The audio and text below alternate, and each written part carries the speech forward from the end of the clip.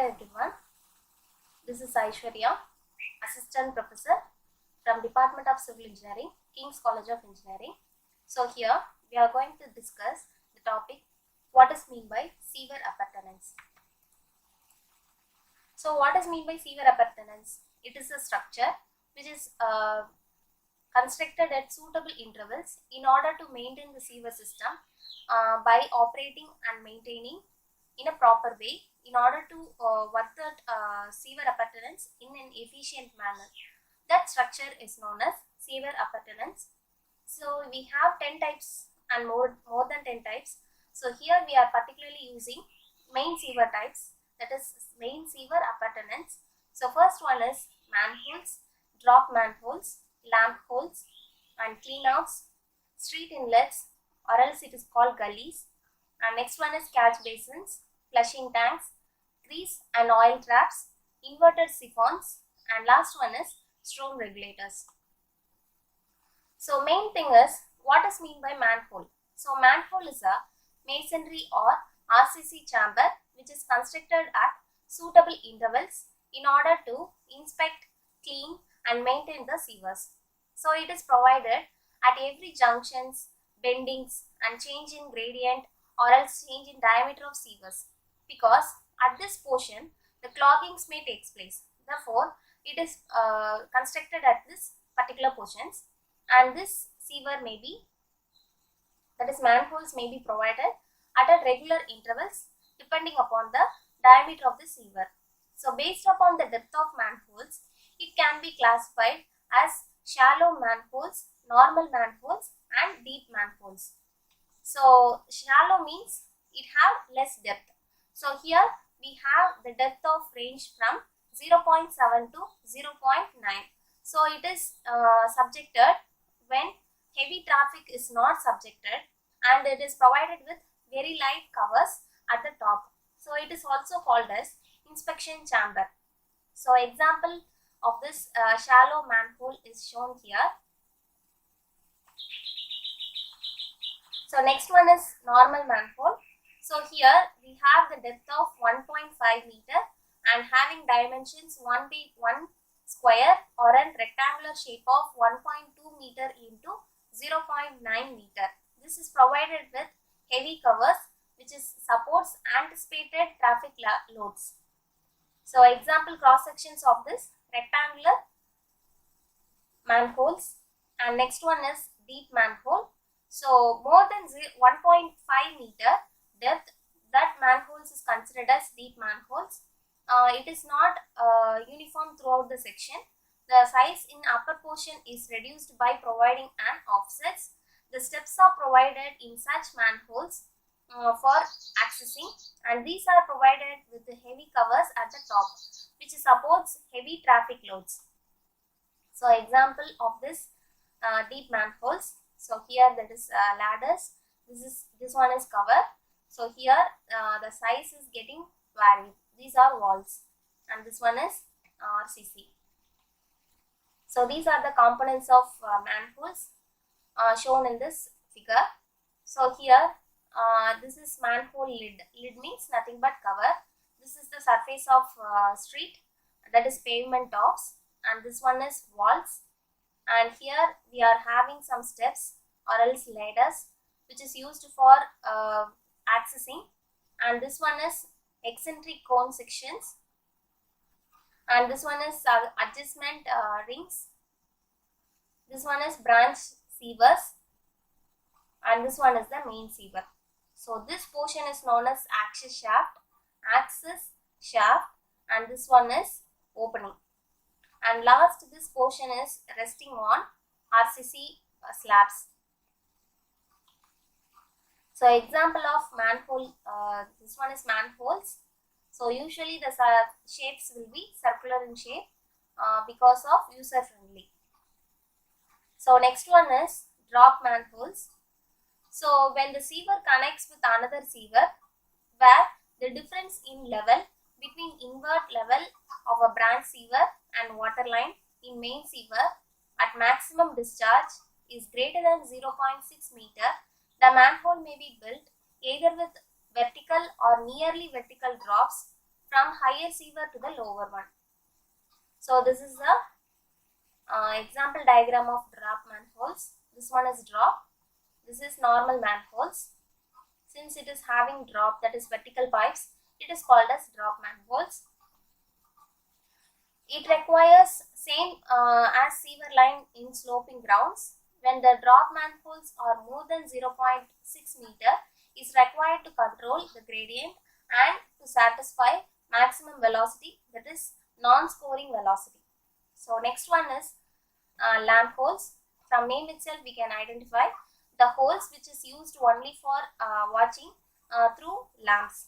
So it is just a opening, not like manholes. So manholes means we can able to enter into the holes, but here lamp only able to enter into the holes. So here we can able to insert a lamp and we can able to inspect and we cannot able to maintain or else cleaning purposes. It is only for inspection purpose.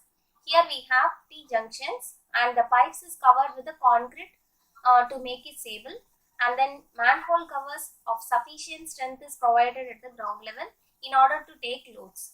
An electric lamp is inserted in the lamp holes and the light of lamp is absorbed from the manholes.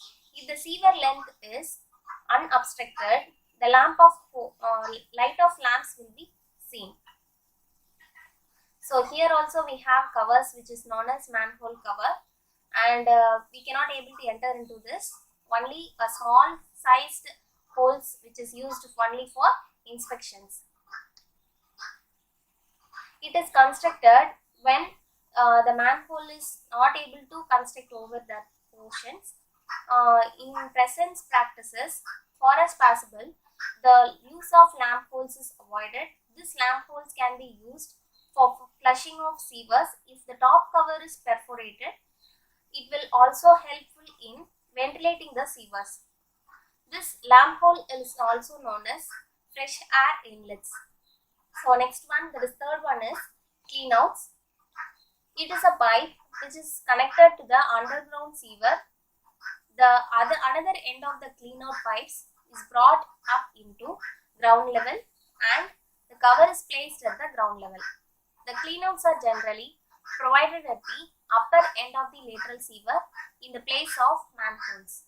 During the blockages of pipes, the cover is taken out and the water is forced through the cleanout pipes to the lateral sewer in order to remove the obstacles in the sewer line.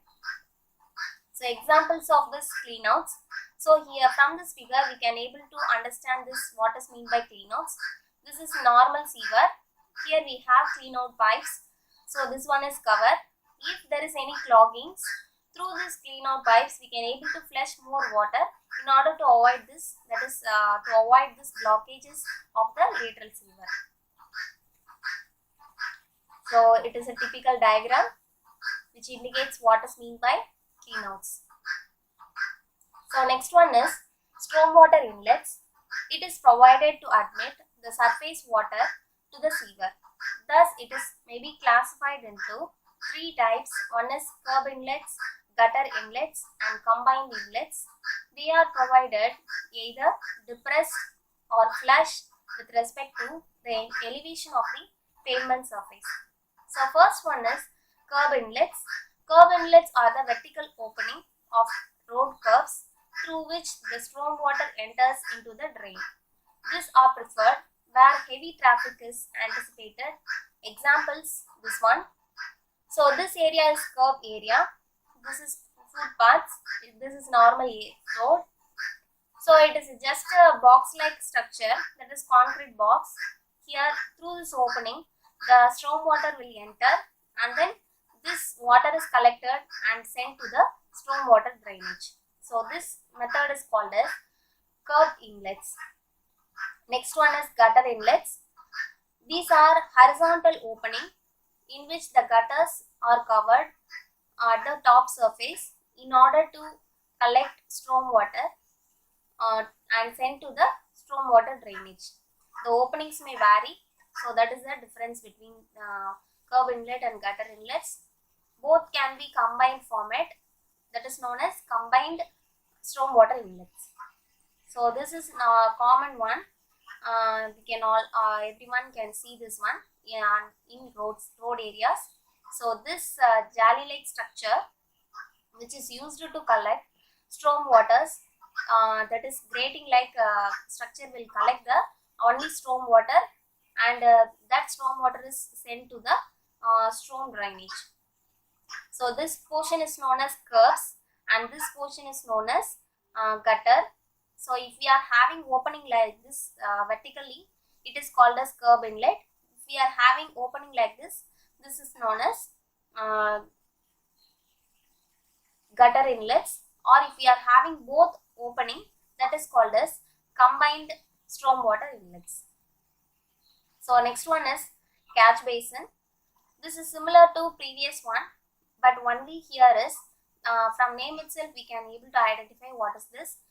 Here it will catch using some basins. So here we have the same procedure what we have followed in the previous one, but here we are going to have only one basins in order to save the water. But here only disadvantage is since it is saved in the basin, it produces more mosquitoes, breedings, and some other healthy issues, that is impurities may produce. So this is not followed in nowadays. So this is a typical diagram.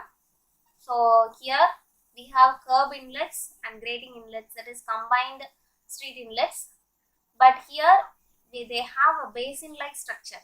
In previous one there is no basins, directly the water is sent to the sewer line, but here we have some basin. This basin may collect waters. Since why we are having this basin means this gratings will collect both water and then solid matters. The solid matters may contain debris, silts and grits like that matters. So that water may clog the sewer.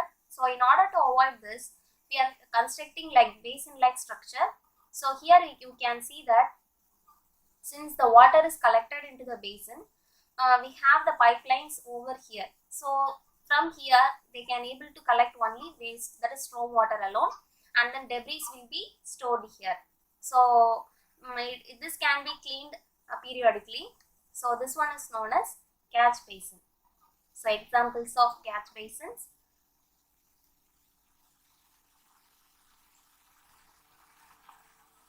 So next one is flushing tanks.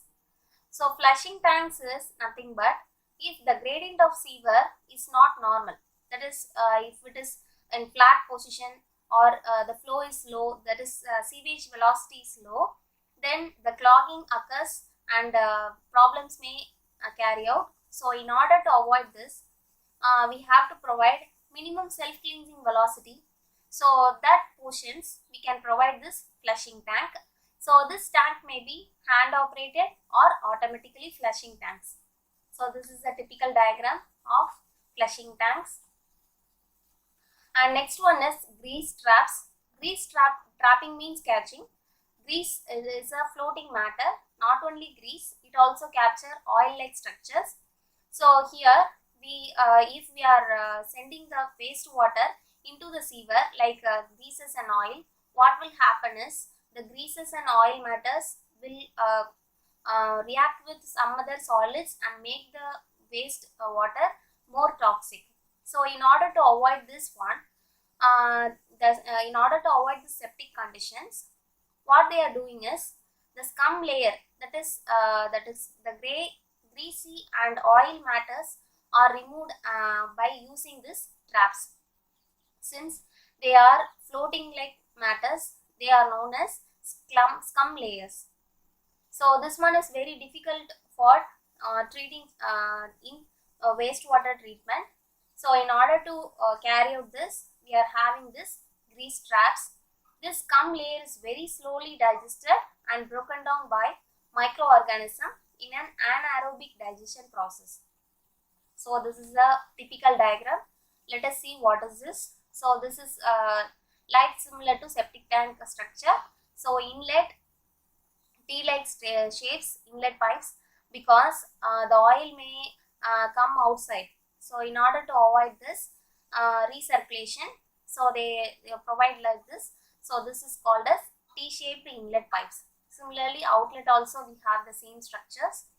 If we are collecting the water, what will happen is in grease traps, the solid matters will retain automatically, and what oil matters will stay here. This one is called as baffle walls, and only water content, that is wastewater content, is sent as influent and outlet. Outlet water carries only water, and here oil and grease are get trapped. So this is a typical diagram which is shown here. This is oil and grease like structures, and wastewater is getting trapped, and then oils are remaining here, and wastewater is sent through the next process of wastewater treatments. So next one is inverted siphon. It is constructed when there is any obstructions, like that is when the sewer is passing through the area. If there is any obstructions like rivers, valleys, streams, roads, railways, like that, what we have to do is we have to invert the normal sewer sections. So if we are doing that one is called as inverted siphon. It runs full at the greater than atmospheric pressure because the ground is depressed below the hydraulic gradient line. So typical example of that, let us assume this pipeline as sewer pipeline. If it is crossing a river, what we have to do is we have to invert the normal passage of the sewer. So if we are doing like this, so what will happen is due to gravity it will move like this, but after this position it have to move using pressure. So this concept is known as inverted siphon. It is not like a normal passage of sewer. It is getting inverted. So this process is known as inverted siphon. So next one is stormwater overflow devices.